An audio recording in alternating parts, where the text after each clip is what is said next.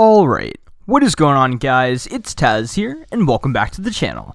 Now, this week marked the start of the new seasons for all 4 of the CW DCTV shows. And there was definitely a lot of hype going into all of these seasons, and I definitely think each show lived up to that hype. Now, what I want to do with this video is just sort of give you guys my thoughts on all 4 of these season premieres. It's sort of just kind of a review style video. Obvious spoiler warnings if you guys have not seen the premieres for Season 3 of Supergirl, Season 4 of The Flash, Season 3 of Legends of Tomorrow, or Season 6 of Arrow. So, spoiler warnings if you guys have not seen those, but if you have, let's continue. Now, premiere week started off with the premiere of Supergirl Season 3 on Monday. Now, this episode was definitely a lot darker than really any other Supergirl episode in the past has been, and it seems like they might be actually keeping that darker tone for the duration of this season. Now, by the end of the episode, obviously Kara got a little bit more, I guess, hopeful for the rest of the season, but I definitely think that it will stick to this darker tone, and I definitely do not have a problem with that. A nice little tone change never hurt a show. Well, I mean, I guess it could, but, you know, I think that this tone change could definitely be for the better, at least for this season, and then maybe next season, or maybe even partway through the season, they can go back to the much lighter tone that the show had, but I definitely think that it will be really cool to see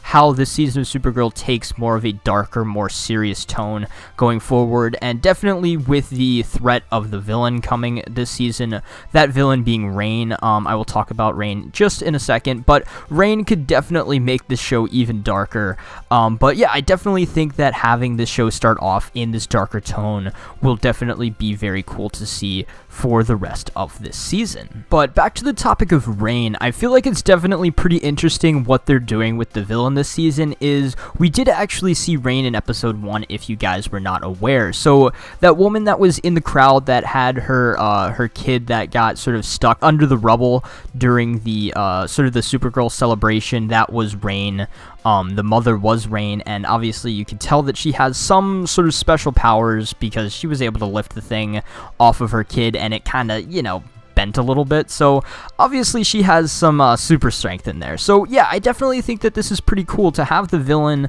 of the season not even really know that they're going to be the villain going forward, which is definitely a very cool way of doing things. But I am definitely pretty excited to see sort of what pushes Rain over the edge into becoming the villain of this season, and sort of how she figures out about her Kryptonian powers. And I really did enjoy this episode of Supergirl, the Season 3 premiere, but with that out of the way, let's move on to The Flash. Now, The Flash was coming off of Season 3 that definitely had some sort of mixed opinions on it. I thought that the season overall was pretty good, but it could have definitely been better, but Season 4 is definitely shaping up to fix the mistakes of Season 3. And I definitely felt that this premiere was definitely a very good and solid start to The Flash Season 4. Now, I really kind of wish that we did see a little bit more of Team Flash without Barry. Maybe have waited until maybe the end of the episode for Barry to actually come back. Maybe see if Team Flash could have actually solved the issue of the Samuroid without actually having Barry back.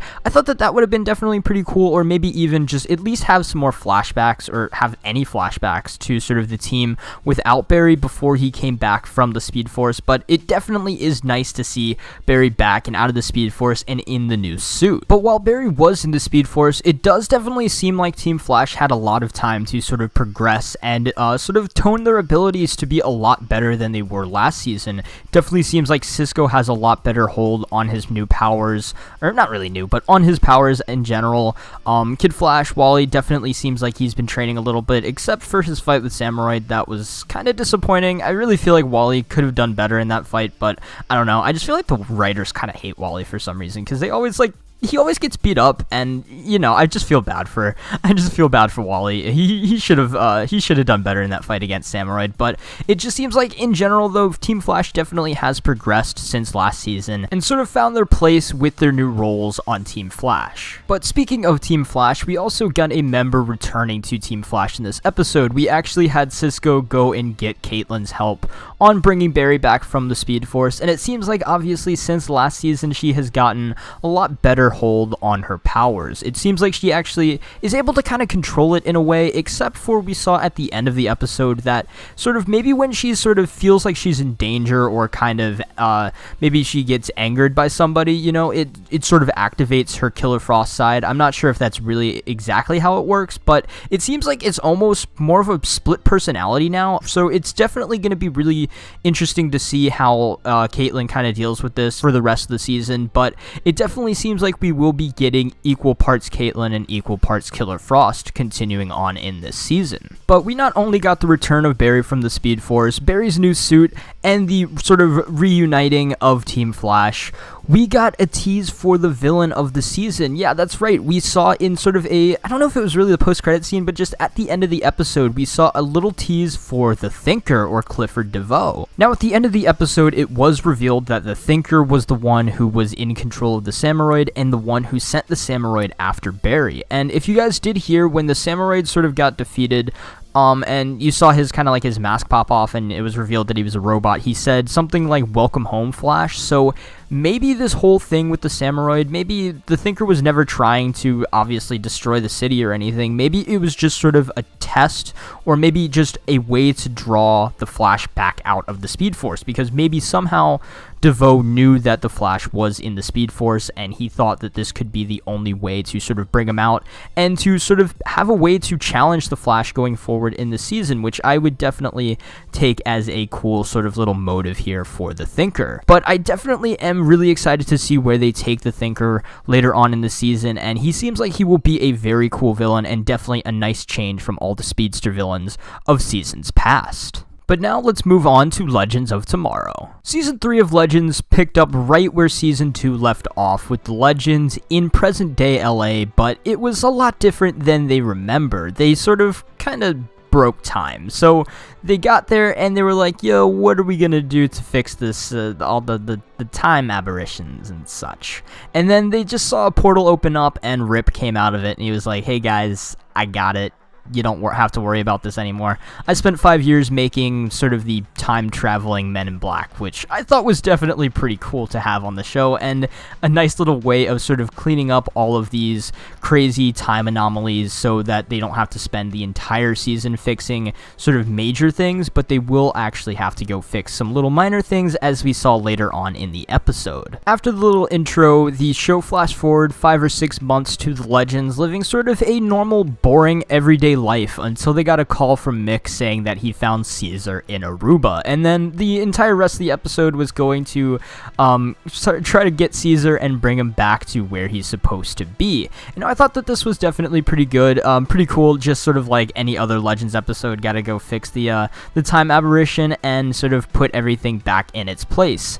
And I really do like this show. This show is just pure fun, and it doesn't really take itself too seriously, and that's what I love about it. And I am definitely looking forward to seeing how this show progresses for the rest of Season 3. But now let's move over to the final season premiere, which was Arrow Season 6. Now, I might be a little biased just because I think Arrow's definitely my favorite of the 4 DCTV shows.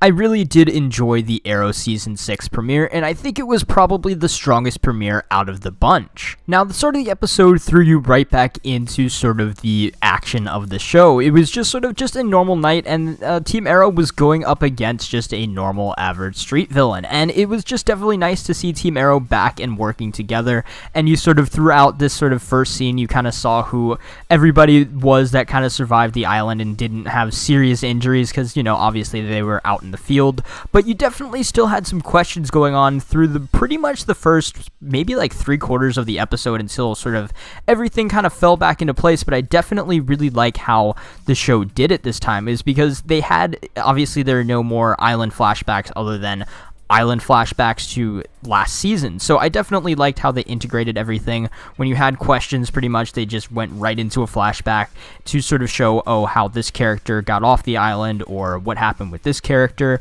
But there definitely are a few characters that are kind of missing in action that we didn't really hear anything about.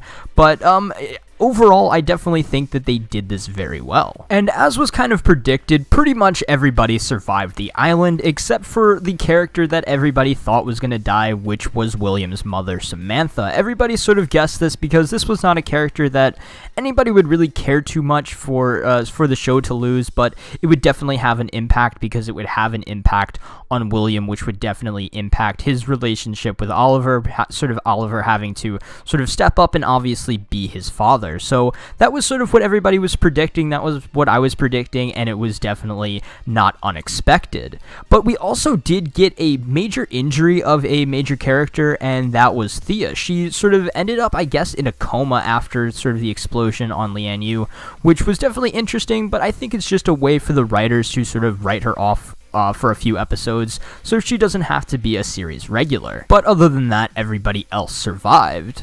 And I mean, Diggle did have sort of an injury to, I guess, his shoulder from the explosion, and that was definitely affecting him throughout the season, or not throughout the season, throughout the episode. And I'm not sure if this is something that will sort of linger on throughout the entirety of the season, or just for the first few episodes, and if this really has to do with just sort of like his injury, or if it's kind of, he has a little bit of a kind of like PTSD from the events of the island. I'm not really sure, but we'll have to wait and find out on that. But one thing that I was definitely not expecting in this episode was for Wild Dog to actually have a new suit. Now, before the season even came out, we knew that Dinah was going to get a new suit. We had seen pictures and everything. They had put out some sort of promotional pictures for her new suit. We all sort of saw that before this episode aired. We all knew that it was going to be really cool, but we never knew that Wild Dog was actually going to get a new suit, and I'm definitely really liking this new suit. It's a lot more armored and obviously offers him a lot more protection, and he definitely would have died in this episode if he did not have that new suit. And speaking of people dying, Quentin thought that he had killed Earth 2 Laurel on the island, but it turns out that she was back in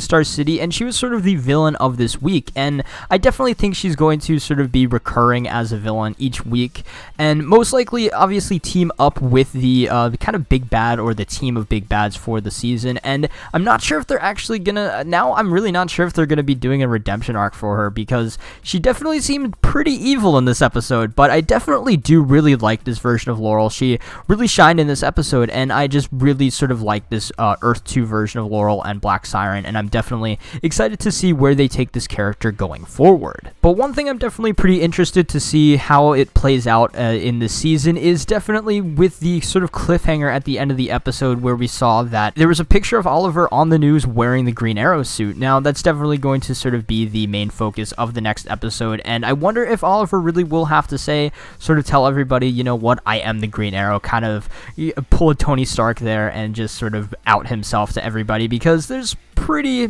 solid, hard evidence that he is the Green Arrow right there in a picture on the news, but I guess they can always just say that it was photoshopped. But I mean, other than that, guys, I really enjoyed this episode of Arrow, and I really enjoyed all 4 season premieres in general. I just really enjoyed these season premieres, and I cannot wait to see the rest of these seasons play out. But I want to know your guys' thoughts on these season premieres down in the comments below. Tell me what you think. Tell me which one was your favorite. I want to know which one was your favorite. I want to know your thoughts on all of these premieres down in the comments below. But until next time, guys, it's been Taz, and I will see you guys in the next video.